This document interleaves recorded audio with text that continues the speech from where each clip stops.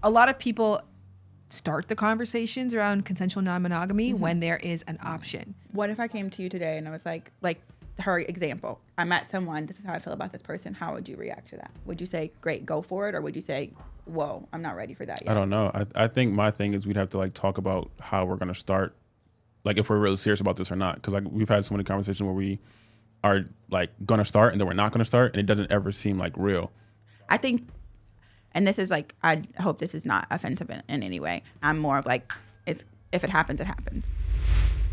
Open relationships. Now, you can clutch your pearls and raise your eyebrows all you want to, but this conversation is not going away, especially not in America. Using 2 separate samples based on the U.S. Census, researchers found that 1/5 of the population has already engaged in some form of consensual non-monogamy. And if the trend continues, the only place this number is going is up. So, are open relationships the bandaid, the cure, or the curse of our generation? And furthermore, how do you actually like start one? Like for real? Let's talk about that on this episode of Lovers and Friends. I'ma take you on a trip, baby. I don't pretend. I said, lovers and friends. I'ma hold you down to the end. I said. Hi, lovers and friends. My name is Sham Boudram High Plant. I talk about sex, love, and relationships for a living, and I've been doing this work for over 15 years. But if I really think about it, my career truly took off in 2016 when I started talking about there's no one size fits all anymore. I am in a relationship with someone that I live with that's an open relationship, and I'm extremely happy and fulfilled in that space. What do you mean by that, an open relationship?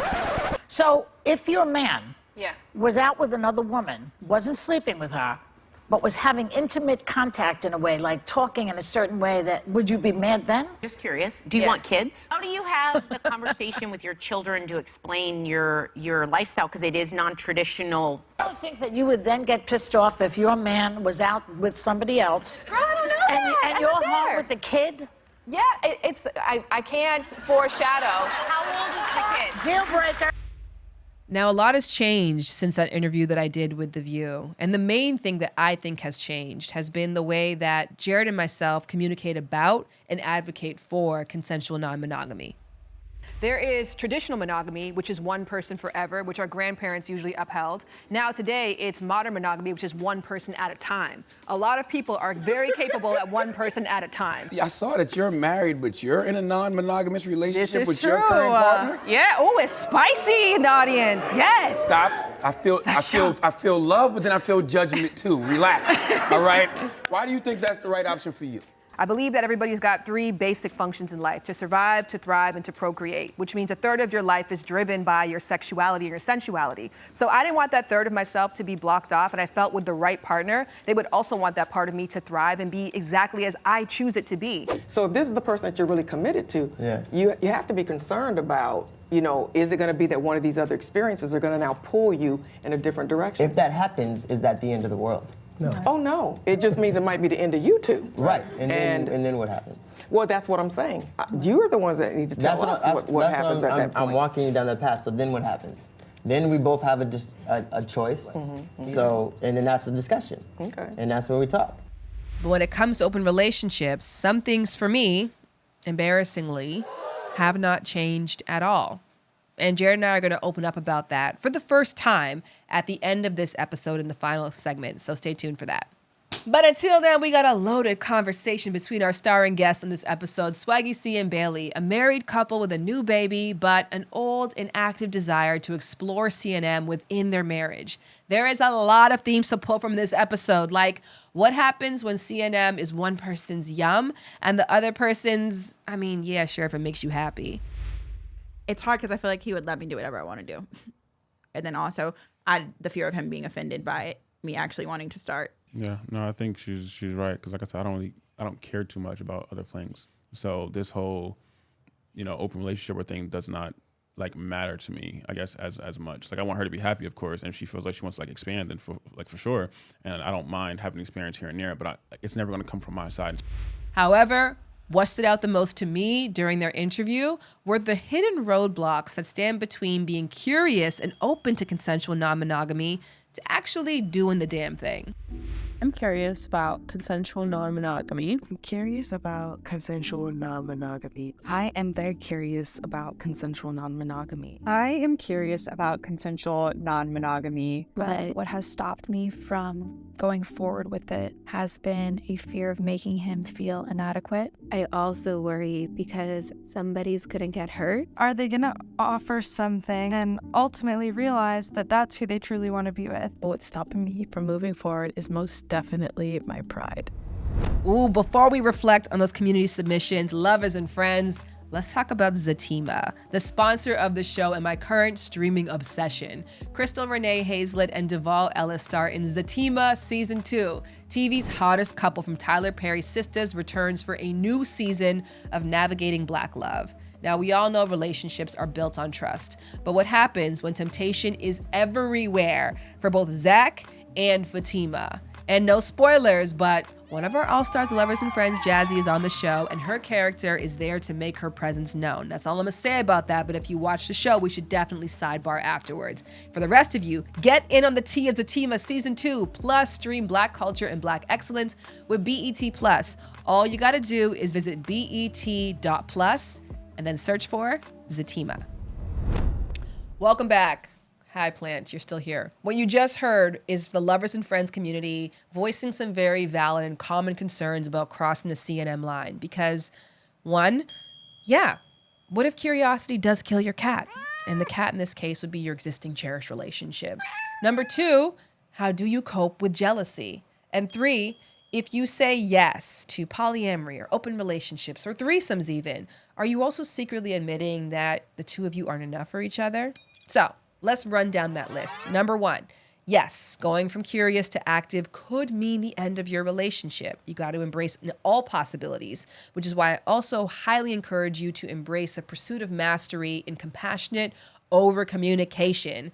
This is necessary to give your expanded love a fighting chance. And furthermore, compassionate over communication reminds the two of you that you are teammates, even when someone else is playing with your balls. Play ball. It's just the truth. Next up, let's talk about coping with jealousy, which, to be clear, coping does not mean erasing. The person that you care about is showing romantic care to somebody else, and for the vast majority of people, that is going to make you feel some type of way. But just like you can turn that frown upside down, you can also turn that J in jealousy into a C for compersion. And compersion simply translates to joy for somebody else's joy. Now, on a different note, that C could also translate to cuckolding or cuck queen fetish, which describes people who are turned on by the idea of their partner with others. Now, I could spend some time on this cuck queen fetish part, but we're going to move past it for the sake of time and move on to point number 3. Does saying yes to being consensually non-monogamous mean that you are also saying, yeah, my partner is not fully enough for me? And I really battled with this one because I am somebody who, on one hand, 100% believes that I am with the perfect partner for me within the perfect partnership, and also is about 80 to 90% sure that at some point within our marriage, I will have a romantic connection with somebody else. And it took a long time for me to accept that these things don't have to conflict because, yes, my marriage is perfect for what it is. My partner is perfect for who he is. But I also have curiosities for what our connection is not and what my partner is not. And this doesn't have to be something negative, like our connection isn't passionate or my partner isn't funny and I want someone funny. A lot of times it's a lot simpler than that. Like, my connection is very safe and I desire something that feels a little bit riskier, or my partner is very familiar to me and I require something that is brand new. And anybody who is a high novelty seeker with an active risk and reward center in their brain knows exactly what I'm talking about along these lines of thinking. Long story short, this kind of yes and thinking is something that we already do in other areas of life. Yes, I love my first child. She is the perfect addition to our family. And we have one more. Yes, I love my job. It satisfies my financial needs. And I picked up a side hustle for after hours. Through C&M, people can have more diversity in their desires realized through distinct connections. And this is where I could say, okay, we crossed off 1, 2, and 3. Fears aside, let's move on. But the truth is, even the best communicators are never going to have fearless, footloose, and fancy-free experiences. Every relationship requires you to examine, then re-examine who you are and how that knowledge impacts who you're with. And in CNM, because you're likely with more people, that also means more evolutions and thus a lot more examinations. So, trial by fire, baby. But as we're about to discuss, being open and ready for CNM is very different from actually pulling the trigger. This is something that myself and the guests on this week's podcast can completely relate to. So let's get to those guests. Bayleigh Dayton and Chris Swaggy C. Williams. Bayleigh is a model and a former beauty queen, and Chris is a day trader and a serial entrepreneur. The couple met in 2018 while competing on CBS's Big Brother 20. They quickly formed a showmance, and though he was evicted from the house in week 2, Big Brother talk here, he proposed to her next time he saw her at the finale. And I don't really know what my future holds, but I do know I want you in it. Yeah. So, Bayleigh, Amethyst Dayton, will you marry me? Yes. So they get married, they fall madly in love, they move to Puerto Rico, they have a daughter together in 2022, and now things are starting to settle down and they feel like they're ready to spice things up again. And that is the conversation we're diving into right now. All right. So you want to have an open relationship. We are what you call pre-polyamorous. Okay, let's start with Swaggy C's look to that. You did not like that. No, it wasn't that. It was the way you said it. Like how she said it, like pre-polyamorous. I think that's where we are right now. Yeah, because open relationships have like a negative connotation. She put me in the bathroom, or we talked in the bathroom. She was like, I want you to know that open relationship is different from polyamory. And I was like, oh, really? I had no idea. It's just hard. But in order to define it for the way his brain works, polyamorous would be a more, pre-polyamorous would be a more, you know. I think if any commitment structure you tried to define it, as much as we think there's like a universal understanding, if we talked about monogamy, you probably would have a different set of rules and understanding of monogamy than I would have. Yes. Even though this is the only commitment structure we've heard over and over and over again. Correct. So that to be said, I don't think that there's like a hard definition. But the way that we differentiate open relationships and polyamory is polyamory literally translates to many loves. So we're not interested in other loving dynamics.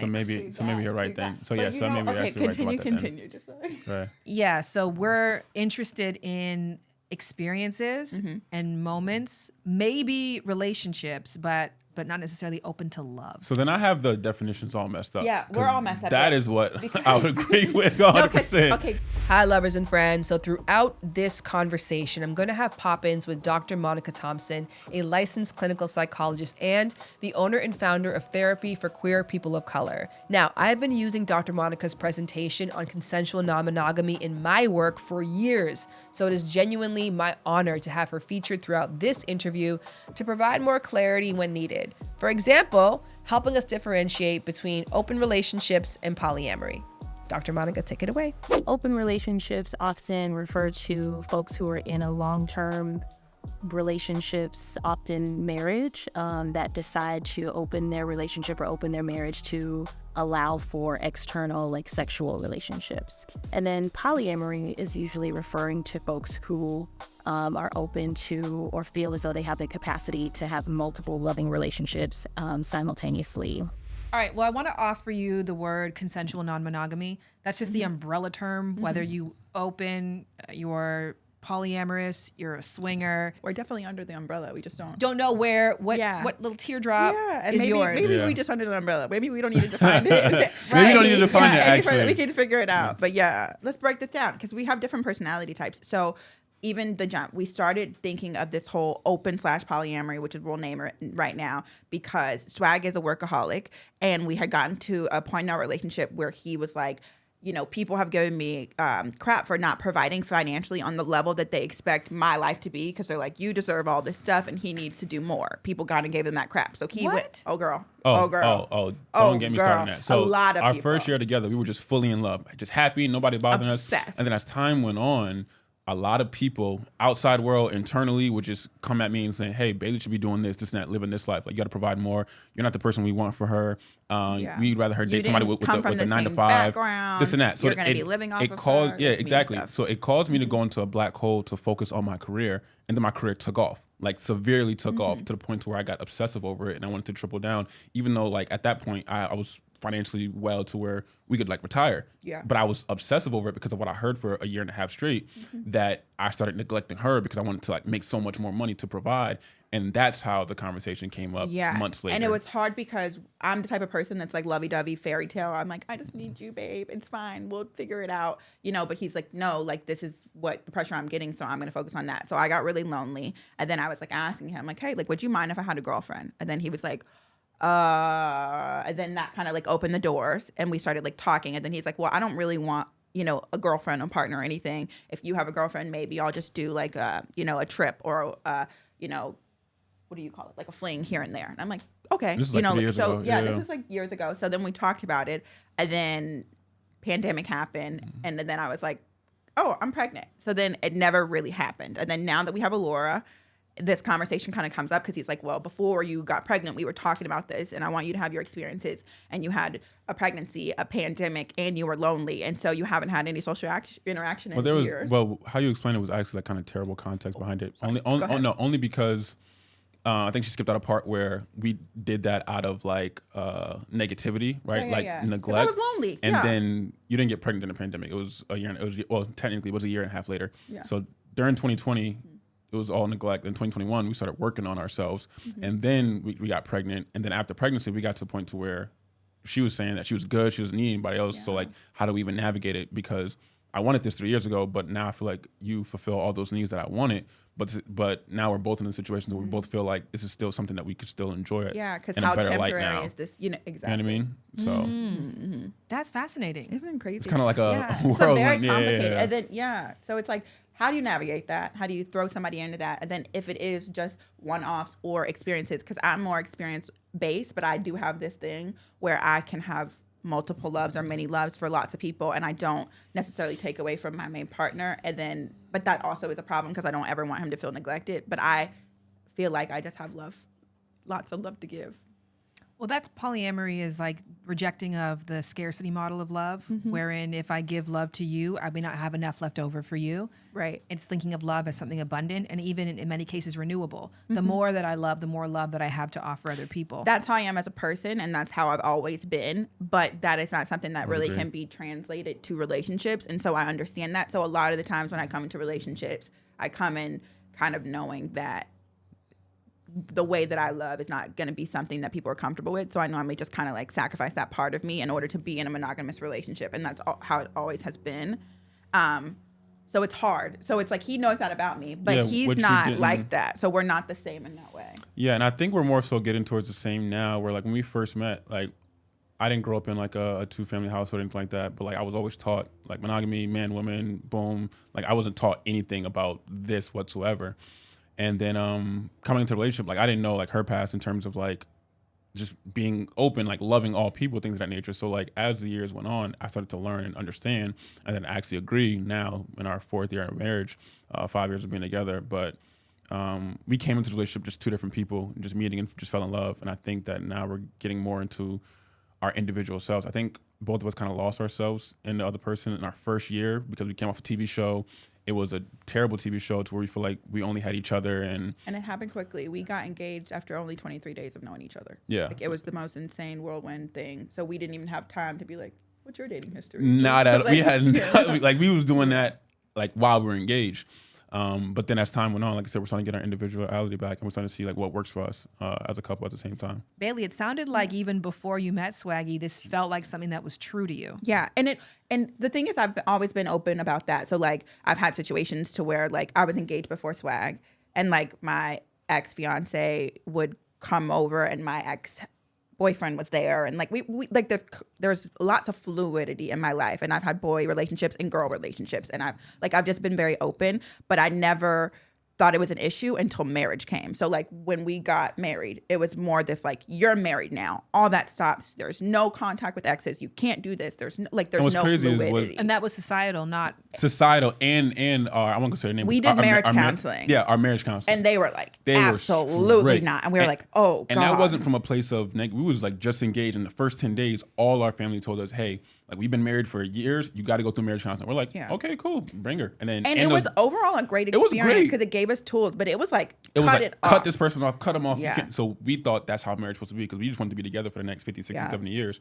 But as time went on, we were like, friends, exes, anybody that was we don't just agree like, to this. Yeah, exactly. So it was kind of and tough. it didn't really fit us. So it took us years to kind of be like, actually, we might reject that, and that might not be for us. Correct. And then we had to kind of start scratch. I'm like, okay, how do we define our marriage and what does that mean for us? And then if we do open up or we go under this umbrella of consensual non-monogamy, what does that look like? And then now it's even more awkward because we didn't start off, consensually non-monogamous and we've been married. So then if we share with people like, oh, we're open to it, they're like, oh God, I'm not going to date a couple or I'm not going to be with someone who has a partner. And, there's just a lot of stuff. But it's also at the same time to where like, this is our first time ever talking about this ever, publicly, ever.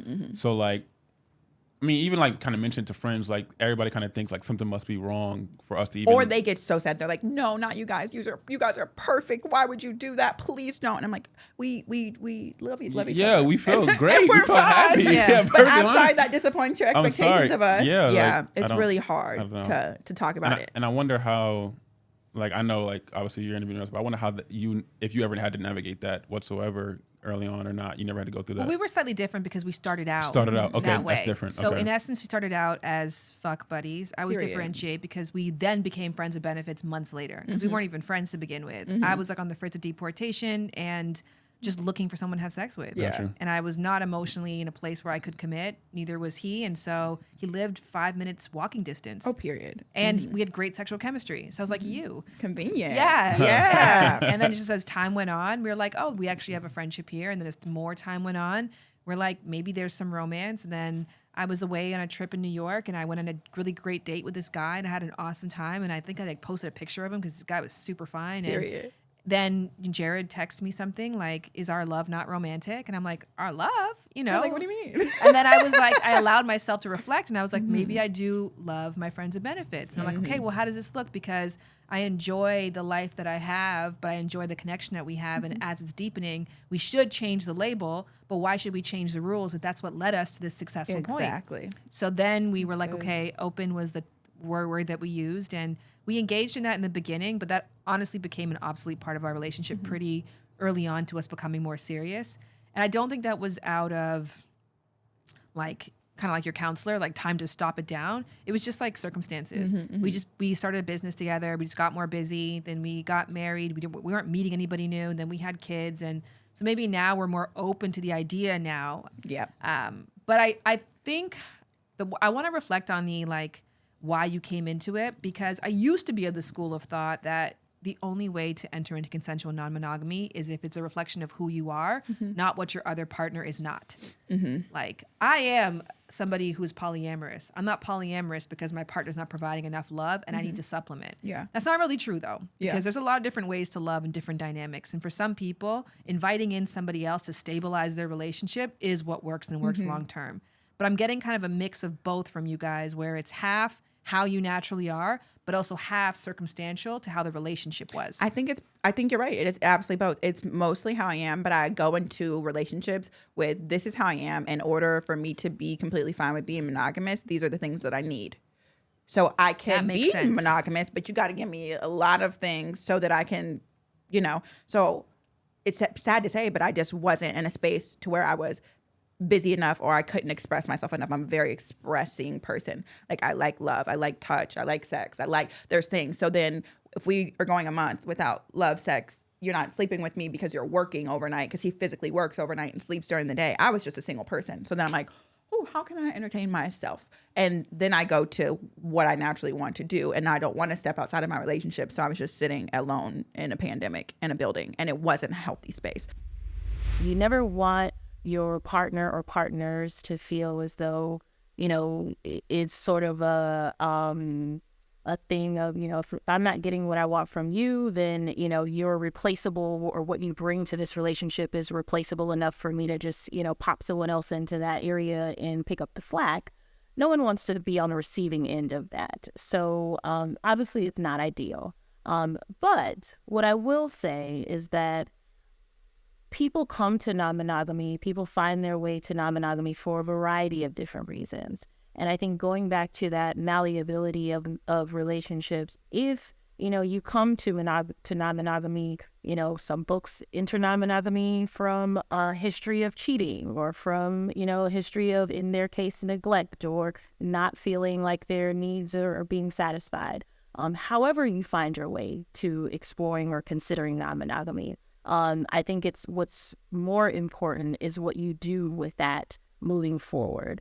And so no matter how you arrived at non-monogamy, as long as you're willing to do the work of moving toward healthy relationship dynamics, really no different than in monogamy, I think, is the more important piece of the narrative. Thank you, Dr. Monica. Bayleigh and Swaggy C, we're coming back to you after we talk about the sponsor of this episode, BetterHelp.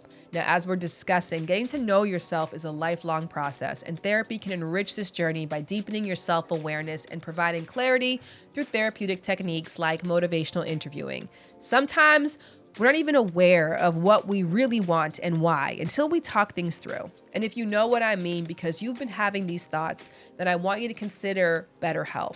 BetterHelp connects you with a licensed therapist or counselor within 2 days of signing up. It is therapy done entirely online, suited to your schedule, and they have financial aid available to meet you where you are at. Now, I am aware that therapy is not one size fits all, and so is BetterHelp. That is why you can change counselors or you can cancel at any time. Discover your potential with BetterHelp by visiting betterhelp.com/lovers to get 10% off your first month.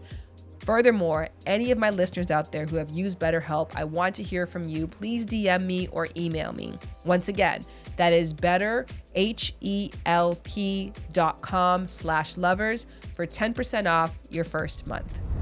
But then you also recognize you have the capacity to do monogamy. Yeah. But under certain circumstances. Yeah. What about for you, Swaggy C? I think for me, I didn't know what I wanted until maybe like 2 years ago, until like the question came to mind because I was taught a certain way. So I'm the person who, like, if you teach me something, then that's gospel until I look for it for myself. And I never felt how I felt about anybody when I felt with Bayleigh when I like first met her. And we got pregnant like in our first 23 days of being together. You guys got pregnant within the 23 days? Mm-hmm. So you got engaged because you got pregnant? No, we got engaged because we got engaged because we miscarried. Yeah, we miscarried and we fell in love. Yeah. Yeah, he was more like sad to watch me go through it, so then he felt like but once I got her pregnant and the doctor called me and told me, like from the TV show, told me like she was pregnant, not 1 ounce of being scared came through my mind. So that's how I knew Bayleigh was the one. But in order to like be with her and vice versa, like she had to cater to me and make sure that she made me feel comfortable as a husband and made me feel loved 24/7 and vice versa. Like this is what I was taught during marriage counseling and everything else. And then I want to say in 2020, when this conversation became a thing, and then we took like a full year to kind of deep dive our relationship, what we were comfortable with, that's when I started to see what I was like comfortable with and open to. So how I am right now is it's like I kind of relate to Jared a little bit, where like this is my wife, and I do feel like there's like a hierarchy going down on this path, but I'm not. Like maybe this podcast may come off as, oh, Swaggy's just doing this just for Bayleigh. It's like, no, I actually like believe in this too, and actually like love it too, and I actually feel like.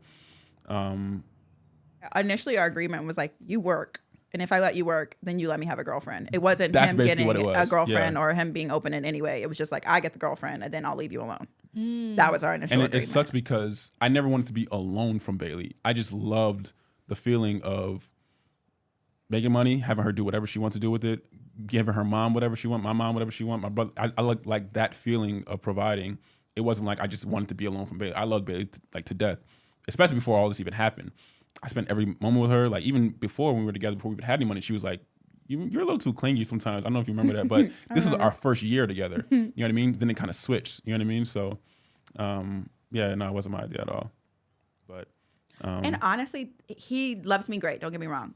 Great sex, great chemistry, all that. But I honestly feel like this man before me was like low-key asexual. Like he doesn't need interaction. He can sit in his room all alone for months, like not come out, just study his charts, maybe bring in food. And like, that's it. Like he doesn't need to go on dates or go see something. Like I'm a people person. I need interaction. I want to see people, even if it's not romantically. I need to be around community. Like that's just who I am to survive. So for him, he's like, yeah, the open stuff is cool, but I don't see myself falling in love or getting attached to somebody. He's like, even if you and I are not together, I don't see myself being with anybody. And I'm like, I'm kind of the opposite. Like I want to go and be wild on a boat and be crazy and run around and make friends and go on vacations and like just everything. And then he's just like, I'd rather not. He doesn't drink. He doesn't smoke. He's never drank. He's never smoked. I'm not saying that you have to do that to have fun, but I'm just more like a wild child. And it's like opposites attract. He's everything that I want, but I don't want him to feel any less than because I want to have experiences outside of him. That makes sense. Our marriage counsel made it seem like we had to do every single thing together, like everything. And I think it's perfectly fine if she wants to go to Bali and do whatever with yoga friends or whatever the case may be, or just go a different. I don't care about any of that type of stuff at all. So I just want to kind of provide context behind that. For you, if she went to Bali and did all that house experiences and gave you the time just to work and be focused and build on your craft, that would be an even trade? I think in 2020 it would have been an even trade. I think now just her being happy is more than happiness for me myself. Like I think in 2020 I was looking for, all right, if you do this, then I got to do this, X, Y, and Z. But I think right now, like if she would just go tomorrow, and it's not necessarily to give me time to work, because I'm not in that space no more. I don't know if I explained it as well. That was during 2020 when I needed time to work. Now I'm way better when it comes to quality time and everything else. If she would just go tomorrow to something along those lines and just been happy, that's more than enough for me. I don't necessarily need to get something out of that. That's a great point. We've been talking a lot about 2020 and before. That's what it was. Let's talk about today. Yeah. Because this conversation has reemerged in your relationship. Tell me about the circumstances in which you guys are thinking about this now. I think after having our daughter, Alora, Bayleigh came to me and we was watching like a podcast. I don't know who it was, but somebody came up. I don't know if it was Tiana Taylor and whoever it was Jadena and Tiana Taylor. Joy Badass. Yeah. And they was talking about it. And the Bumble podcast. Yeah. Podcast. Yeah. And shout out to Bumble. Bayleigh had texted me to watch it, and when we watched it, she was like I'm gonna be honest, like how I felt in 2020, I don't feel this way anymore. I feel like you fulfill my needs. I don't think I ever want to do this anymore. I'm not even sure how I feel anymore. I said I feel the same way, but we also talked about this in that same conversation that if it happened, we'd be cool with it, but we're not outwardly seeking it like we were 3-4 years ago, because like our dynamic changed as well when it came to money, having a kid, living in Puerto Rico, being better, making more time for each other, and not necessarily like being a workaholic like I was in 2020 as I am now. So I think for me, there's a few things. I think there's layers now. Like becoming a mom added this layer of judgment that I wasn't really prepared for on two fronts. Number one is, like, are you going to do that around your kid? And I'm like, yeah. But I don't know. That's a whole like mom judgmental thing that I wasn't really prepared for. And then the second thing is like, I have a whole different relationship with my body now. So that's a weird, interesting thing navigating to where before I never really had to think about how I felt about my body or reference to people like desiring it. Like motherhood has changed that for me. And it's just honest. Like I just don't feel as attractive anymore. I don't feel as comfortable in my body, but I also have a fresh, almost 7-month-old baby. So I feel like in a year or even in a few months that might change. Then I might want this to resurface again. So I definitely can't count it out because I know who I am as a person, and I know I always come back to this feeling no matter what. But the likelihood of it happening in the way that it would have happened before is gone because we don't live in LA. My life is not as wild. I'm on an island, literally. So this would have to be something that I actually do, like with intention, seek out. It's not just going to fall into my lap, I don't think. So it was off the table. You hadn't talked about it for a couple of years. Mm-hmm. So you guys brought it back up. And in the end of talking about it, you were like, maybe, but not now? Well, actually, no. We were like, let's take a few steps and let's see how it makes us feel. So he got to talk to some old kind of flingy people that he like found attractive. And I tried to search myself to make me how does that make me feel? Am I enraged? This, and that. And then I got to like talk to some people that kind of would have possibly made him feel like some type of way. And I think we made it past that phase. Right. Mm-hmm. Yep. And then after that, we just kind of paused because now it's like the door, if we open it, it's full-fledged open. There is no more scenarios. There is no more talking about it that we have to do. It's literally just like yes or no. I think it's important for them to focus more on like what they are willing to agree to. Like when we talk about going back to that umbrella term of consensual non-monogamy, the key word in that is consent. So if they're both saying this is a yes for us, then maybe instead of focusing on, well, I've got to wait until my partner feels the same way about it as I do, or their yes is as enthusiastic as mine, maybe meet in the middle and figure out, well, what are, some of our boundaries? What are things that, will help me to feel more comfortable as we start to explore this because I know that things are going to come up that are going to make me feel a certain way. So focusing more on the fact that you both are consenting to this. This is not something that's happening, outside of anyone's knowledge. And so use that to your advantage. Our love is our priority. I know that I want to be with this man forever. I know that we're building something that's so beautiful to us. And then I know that, like, during step 1, I didn't get as jealous as I thought. There's some people that trigger me versus other people, which was, like, interesting to note. And then I'm like, okay, can I see him going on a trip with someone, or should we just allow him to, spread his wings and see how that goes? I'm there.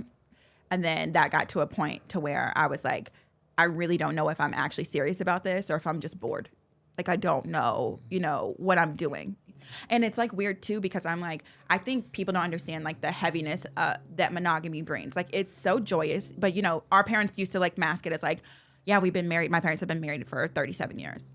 Well, marriage is not hard, but it's work. And I'm like, what does that mean? And now I understand. It is work. You have to wake up and choose this every single day. And sometimes I told him the other day, I don't want to be physically responsible for other humans today. Like, can I just go and be by myself, and you take care of the kids and you take care of yourself and all this stuff? And I don't think people understand that. Like, I would just choose to be like, well, I'm not a mom this weekend. I'm not a wife this weekend. I'm just Bayleigh. Like, that would be nice. Yes. And I think marriage doesn't give you that option. Within its traditional wise, yeah. Exactly. Yeah. That pressure is just, like, always there. It's looming, So then if we could say, okay, our open relationship or our free relationship looks like this. You got a week to be yourself. Go have fun. And that means whatever happens during that week and you be yourself, that works. A lot of people start the conversations around consensual non-monogamy when there is an option. Like, I met somebody, let's talk about this. Or my ex came back into my life in this way, let's talk about it. And so then you kind of have to, like, accelerate the dialogue and then get really clear about the rules and boundaries and the labels, because you have to make up in a new arrangement in a short amount of time to accommodate a new person. But where with you guys, it's the idea and the thought, but there's no actual person to engage with. So what if I came to you today and I was like her example, I met someone, this is how I feel about this person. How would you react to that? Would you say, great, go for it? Or would you say, whoa, I'm not ready for that yet? I don't know. I think my thing is we'd have to, like, talk about how we're going to start, like, if we're really serious about this or not. Because, like, we've had so many conversations where we are, like, going to start and then we're not going to start, and it doesn't ever seem, like, real. So I don't know how I would react until, I guess, we had a conversation on, like, if this is, like, really a thing or not. Yeah, I think, and this is, like, I hope this is not offensive in any way. I think he's more of, like, ready, set, go. And I'm more of, like, if it happens, it happens. So what's the difference? He has to plan it, and we have to sign, like not, like, physically sign a contract, but we have to say, yes, we're ready to start, go. I could meet somebody at the mall and be like, okay, I'm ready to start. And that might be a little bit, he might be like, whoa, like, where did this person come from? How do you feel about them? Why did this happen so fast? I'm like, oh, I just wanted to start. Like, that kind of thing. Yeah. But where's the compromise between those two things? I don't think there is. And I think that's why we're at the standstill that we are. And I don't think we know how to move forward from that, because I don't want, like, it's a thing of, like, I can meet someone and then I'm like, is this person worth opening my marriage for and having all this, fallback effect for? And then you never know until you do it. Yes. I can attest to that, because that's, like, actually a thing between Jared and I where I don't think he ever trusts that it's going to be okay. Yeah. And no matter how much I assure, because I can hear what you're saying too, because giving the person the, like, I'm not going to know how I feel until it happens is also going to prevent you from leaning into those feelings, because you're like, well, I don't want there to be a negative reaction, because the last thing I want to damage is our connection. Exactly. And so it makes it difficult for you to trust that you can even try or let yourself experience those feelings. That's how I feel. I told him I have the ultimate fear of, like, me actually being like, yes, I can be open and I can do it, and then it offending him or hurting him, or him not being able to really accept the fact of, like, my full butterfly effect. I don't want to do it. Like, it's a genuine fear of, like, are you sure? Like, do you really mean, like, can I actually do it? Because if you aren't going to be able to handle it, like, let me know, because I don't want to do anything that will hurt him. I think what I'm hearing is that, is there a different way for him to frame that doesn't leave Bayleigh feeling so apprehensive? Why is it such a problem or such a threat if difficult feelings come up for a rise in this? Because they will. They absolutely will. And so I guess my approach to that would be having them to examine, like, what tools do they have in their arsenal? What strategies are they currently practicing to navigate whatever emotions are going to come up, because they are going to come up, and do they feel confident in their ability as a team to be able to kind of wade through the things that practicing non-monogamy is going to bring up for them. Folks who are navigating non-monogamy in a healthy way, I think they'll tell you, or they might say, it's really about the relationship being malleable enough to withstand the challenges, the bumps, the bruises that come along with navigating non-monogamy. That's important. And if you feel confident in your ability as a couple to do that, then I think you'll be fine.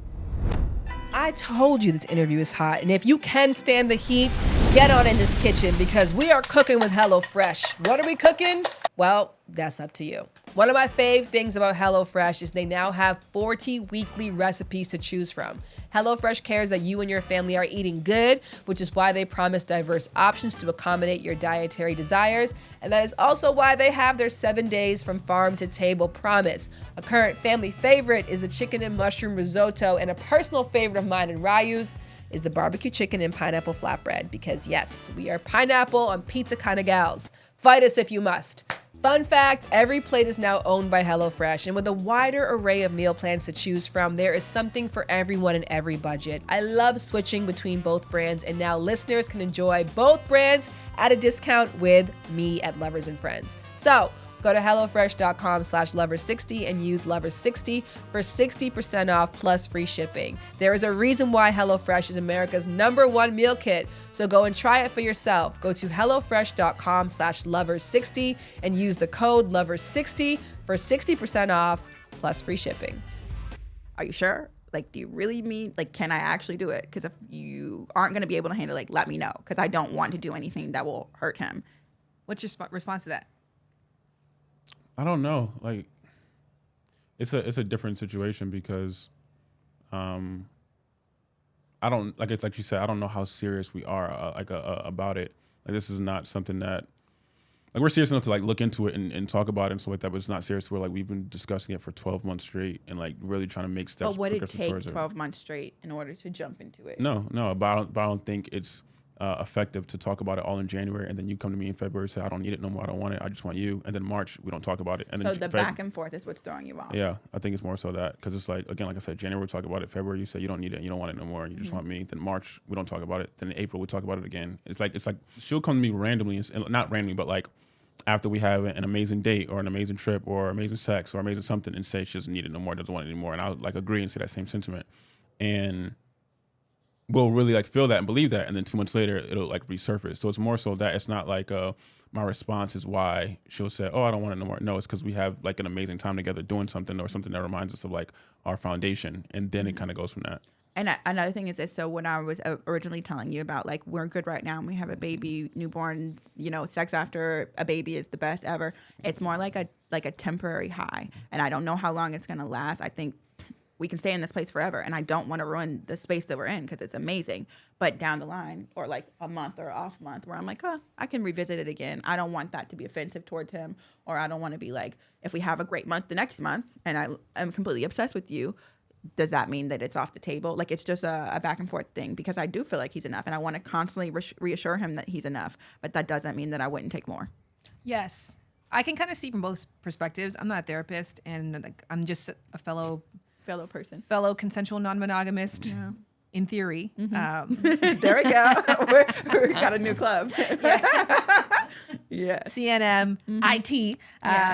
That I can empathize. If I put myself in your guys' shoes, I'd be like, not knowing how you feel, if I was partnered with you, not knowing how you felt about it would not allow me to really explore it, and it would dissuade me from bringing it up that often until it felt like it was a dire need, because I know that it might trigger you and I don't want to make you unhappy. But on the flip side, if we were connected and I felt like when I'm good, it's not on the table, but when I'm not that great, it all of a sudden comes back up, would make me feel like, well, let me just keep trying harder to please you. And then it would feel like consensual non-monogamy is a punishment versus like an expansion of what we do joyfully together. Yeah.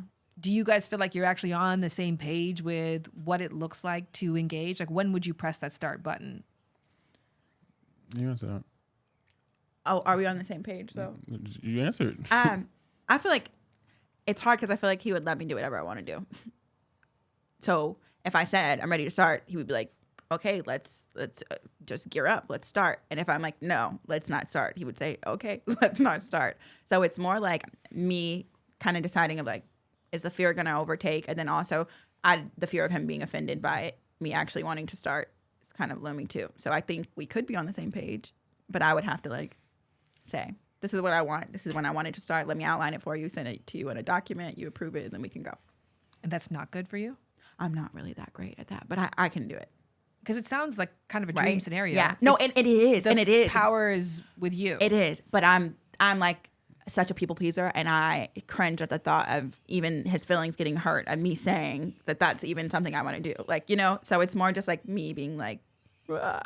Yeah, no, I think she's right. Because like I said, I don't care too much about other things. I care about creating the biggest business and impacting the most people in this world as much as I can. So this whole, open relationship or thing does not like matter to me, I guess, as much. Like I want her to be happy, of course, and if she feels like she wants to like expand, then for sure.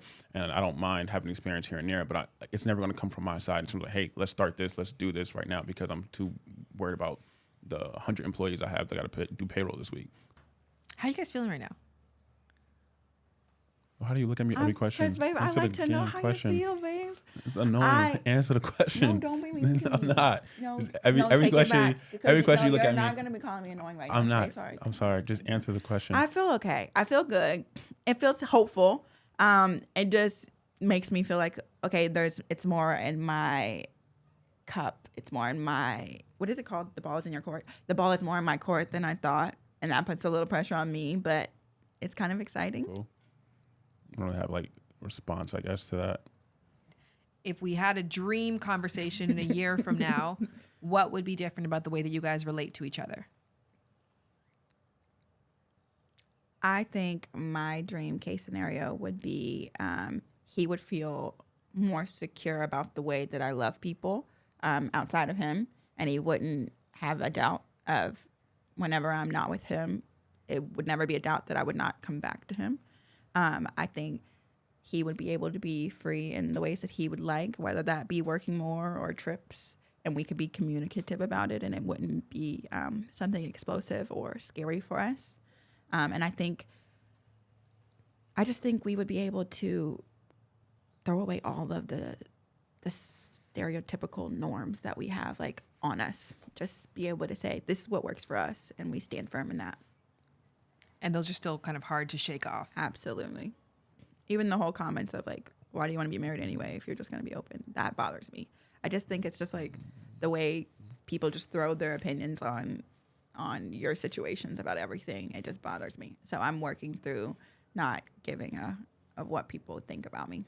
Well, answer that question. Why be married if you want to be open? You answer first. You want to be open? That was your idea. Okay, here's the thing. And even this, I didn't know. Like when first of all, we got married in a whirlwind. It wasn't something that I was like, okay, I've always just been told you get married. That's it. My parents have been married. All of their friends are all married. You just get married. I didn't know that open was even an option. And then now that I'm married, you want me to just throw away my marriage because I'm an open person? That's not fair.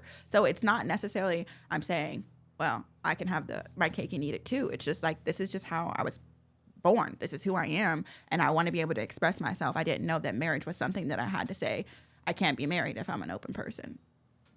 I didn't know I had to choose. So now that I'm here and I got a husband, the people that are upset that I have one think I should throw him away and back to the wolves because I want to have other people. No, he's still my husband. I still want to keep him, but I would like more too. Yes.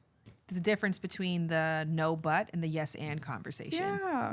What do you guys define your marriage on? I think I define a relationship off of just being best friends and always being there for the other person no matter what happens and what changes, because that's how this conversation even came up, because I love her so much as a best friend that I want to see her happy, and vice versa. Like she loves me so much that she wants to allow me to either be free, whatever that may be, or to work on 10 businesses if I want to do that. So I think it's built on being best friends and wanting to see the other person as happy as possible. Yeah. It's just very simple. He's my person, and I want that to continue no matter what happens. I just know he's my person and he makes me feel safe, and that's enough for me. We have a family, we have a business, we have a partnership, you know, but I just don't want to lose him over something silly. Like an experience to me is not worth the marriage. So I could either completely put that part of me away forever and kind of suffer, which I'm willing to do and I have done, or I can say, hey, babe, this is how I feel. Would you be open to it? And I just got lucky for him to say, yeah, babe, I want you to be happy. I'm open to it. So now we have to navigate that. I heard Bayleigh saying a lot that she, felt this urge, this pull, and this belief in herself that she has the capacity to love multiple people, but she's always kind of stifled that because of her past relationships.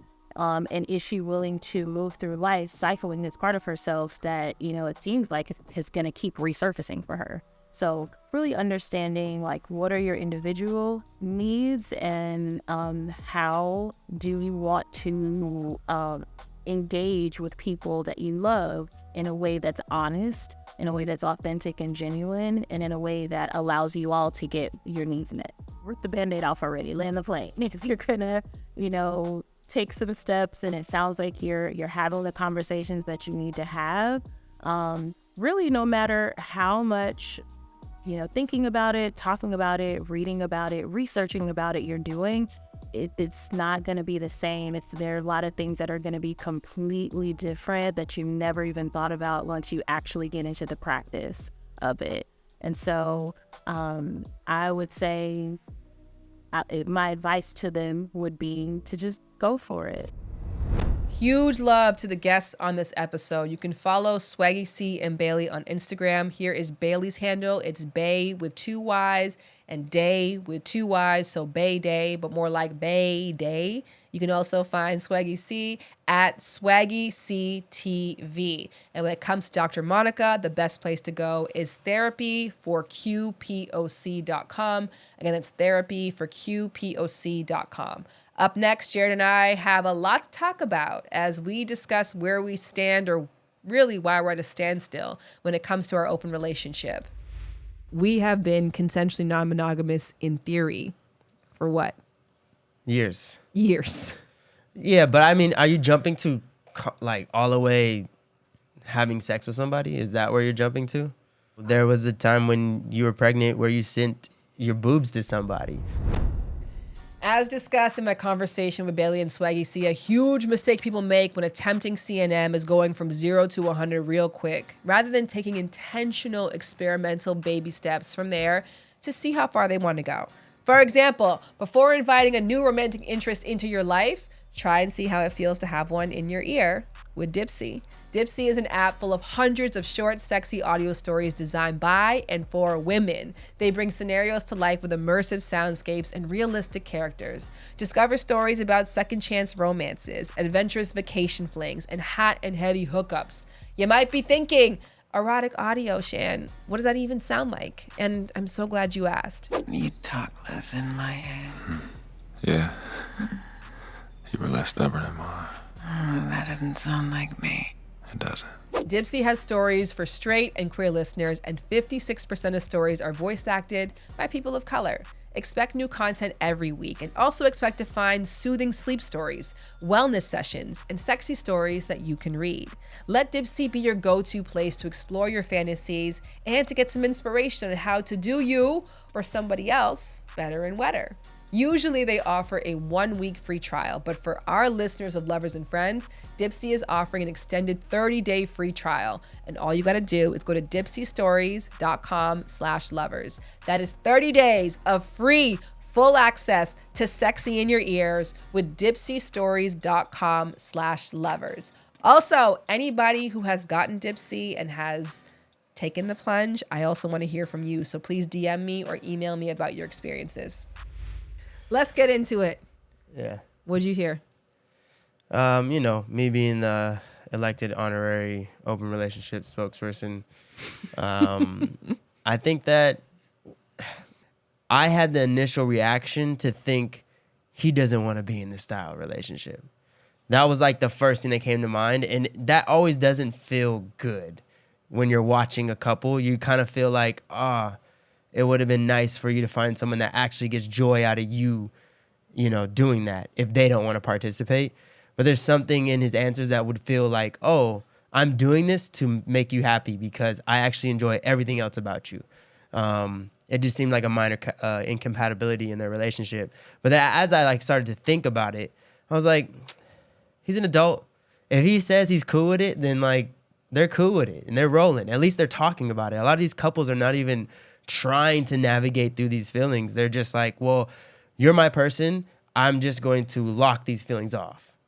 You're doing so good. That was my take on it. Yeah, interestingly, I had the same thing as you. I listened to them. I just took it for face value for what it was.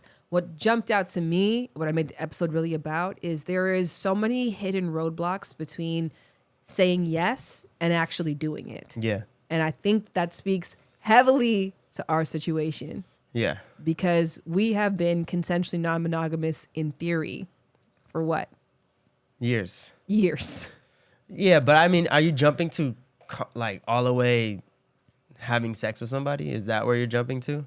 There was a time when you were pregnant where you sent your boobs to somebody. You know what I mean? Like that's... I asked your permission first. But no, but what I'm trying to explain to you is that like that to me is still exercising, consensual non-monogamy. Where do you feel like we're at? Do you feel happy with our progress, with our movement? Are there things that are standing in our way for moving faster than you want, or are you pleased with the pace? No, I'm happy with the pace right now. I think that our life is now so time constrained that I don't even think we have enough time to really do anything crazy. You know what I mean? Like there's very few times where you're able to go outside the house without me, or not leaving the kids behind and like feeling that guilt of like, oh man, like I'm out here having fun, and, my husband's at home, or vice versa. Like there's very few times where I choose to go outside of the house, even just to like see friends. That why am I going to see another person that I can be intimate with? It just seems like time right now does not allow that space. But as they get older maybe, and we get more time to ourselves and more time to do things that we enjoy and enjoy together, it's like you get one night a week to have fun. I'm going to choose you before I choose somebody that I just like met on the street. That's actually why I did relate to what Bayleigh was saying though, in that like the easiest babysitter is your partner. I'm the easiest babysitter to call on for you. If you have to go to work, you're on set, I'm reliable, and the kids love being with me. You are the person that I know the kids love being with you, and you're reliable. So in many cases, finding a date night for each other is a little trickier than us having date nights with different people. Yeah. Do you agree with that? For sure. I guess, yeah. And in that aspect, like maybe we're just looking at it wrong. Do you struggle to find a person? I think finding somebody who can align with what you desire, that also understands the dynamic between you and I, and understands that, this is the person that I chose to have children with, to get married to buy a house with, to start a business with. Like, there is just like no getting in the way of that. And for somebody, like a lot of people, they, for better or worse, don't want to be in a relationship like that. Because the math of finding someone that you're attracted to and interested in, who's also interested in engaging in the specific ways that we have the capacity to, it's not that easy. Yeah. And also, even bringing it up, I feel like there are certain people who I had like muddy relationships with, but we never really had that concrete conversation because I wouldn't even know what to say. Yeah. Like, hey, when you compliment me on only certain posts, is that because you're trying to get in, or like it's, what do I say? Regardless if it's uncomfortable, like uncomfortable conversations are going to come off clunky. Things that we've never done before are going to come off clunky.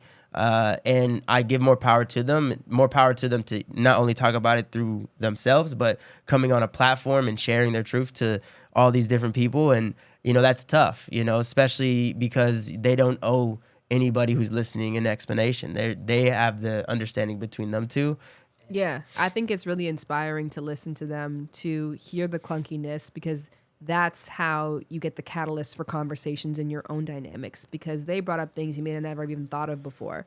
And I also think, again, like for me, my big takeaway is just acknowledging that gap between curiosity and activity. And that's a gap that we're still trying to navigate too. So it was definitely helpful, I think, for us. Yeah, and it's going to continue to yin and yang. There's going to be times in your life where there's things going on that just call you and your partner to just really kind of focus on the household.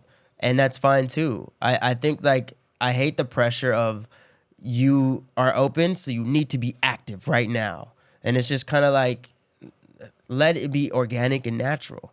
Right now, our life doesn't call for that. In 20 years, in 10 years, in 5 years, it probably will call for that. But right now, we're just really focused on building a really cool life. And sometimes that includes us being active in the openness. Sometimes it doesn't. Lovers and friends. I'ma take you on a trip, baby, I don't pretend. I said, lovers and friends. I'ma hold you down to the end. I said,